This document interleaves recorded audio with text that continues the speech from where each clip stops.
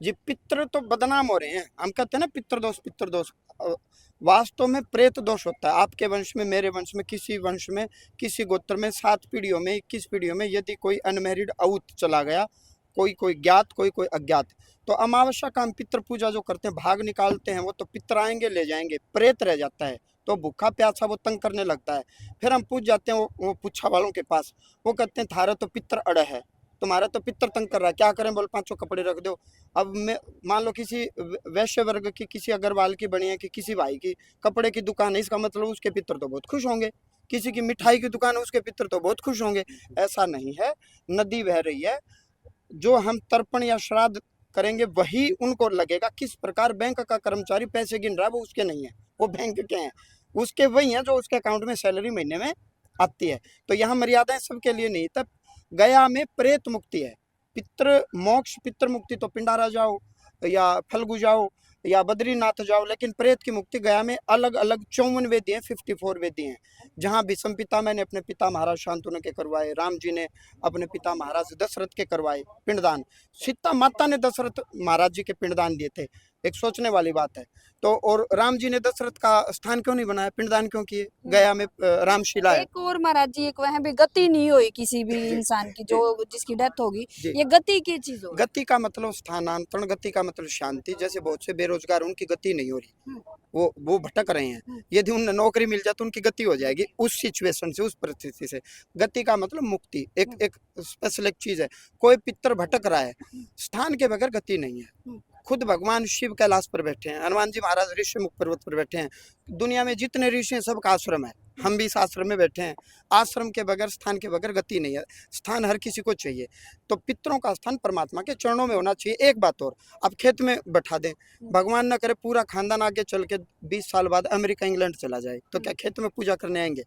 जब वो अपने भगवान की पूजा अपने घर में कर सकते हैं, तो अपने पितरों को अपने घर में क्यों नहीं रख सकते? जब रखना ही है, हमारे कहने से वो खेत में बैठ सकते हैं, तुम्हारे कहने से वो चलो भाई हमारे संग अमेरिका इंग्लैंड चलो, जब हमारे भगवान चल रहे हैं। महाराज चाहते तो सब है कि मुक्ति हो जाए, लेकिन इनकी सबकी मुक्ति का सही समाधान क्या है? भाई जितना मैंने पढ़ा है, जितना समझा है, पितृ पूजा घर में भी करो, किसी स्थान पर करो, लेकिन प्रेत की मुक्ति, जहाँ तक मेरा अपना ज्ञान है, अनेकों तंत्र हैं और सात्विक और शुद्ध तंत्र है। विष्णु तंत्र गया में 18, 19, 20 दिसंबर हम गया जी जा रहे हैं। एक बात, प्रेत चलते नहीं है, ले जाने पड़ते हैं फोर्सिबली। गुंडे अपने आप सरेंडर नहीं करते, उनको ऊपर प्रेशर बनाना पड़ता कि सरेंडर कर दो। तो जब कानून का प्रेशर आता तब आत्मसमर्पण करते हैं। तो एक नियम विधि विधान से, एक पाठ पूजा के तहत, क्रिया के तहत 18, 19, 20 दिसंबर श्री बालाजी धाम हास्य के माध्यम से हम गया जी जा रहे हैं। यदि कोई जाना चाह रहा है तो धाम कार्यालय में संपर्क करे।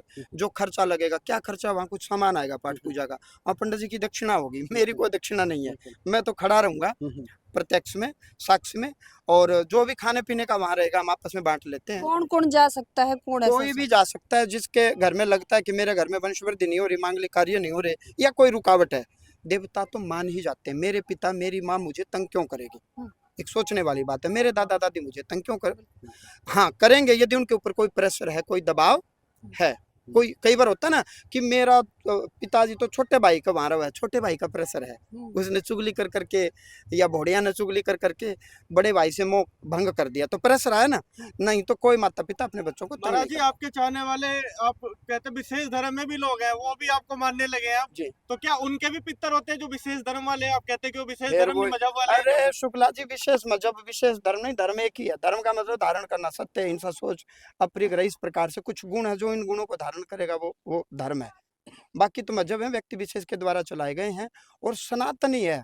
जो मेरे को भी चाह रहे हो, सनातन को चाह रहे हैं। मैं आपसे पूछ रहा हूँ, कोई मजहब का प्राणी हो, जल नहीं पीते, सूर्य की गर्मी नहीं लेते, पेड़ पौधों की इस्तेमाल नहीं करते, जन्म पर लकड़ी, मृत्यु पर लकड़ी, बीच में लकड़ी, हवन में लकड़ी, सोते लकड़ी पर, हम गेट लकड़ी के, बताओ लकड़ी कहाँ कहाँ इस्तेमाल नहीं होती? हर चीज में लकड़ी इस्तेमाल होती है।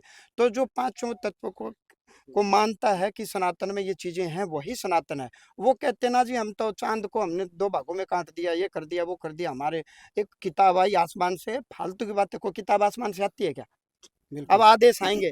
एक सोचने वाली बात है। मोबाइल में मैसेज आता है, कोई किताब आती है? मोबाइल में मैसेज आता है टू द पॉइंट। हवा में वो अक्षर मैंने भेजे, टावर पर गए, आपके मोबाइल में घुस गए, वही अक्षर जो मैंने टाइप किए, वही अक्षर। सिद्धांत है, प्रिंसिपल है, कोई लॉजिक है। तो ऐसे परमपिता परमात्मा की वाणी आती है, आदेश आते हैं। अब हमने तो ये भी सुना है कि मुस्लिम मजहब में वो जो किताब आई थी उसको बकरी खा गई।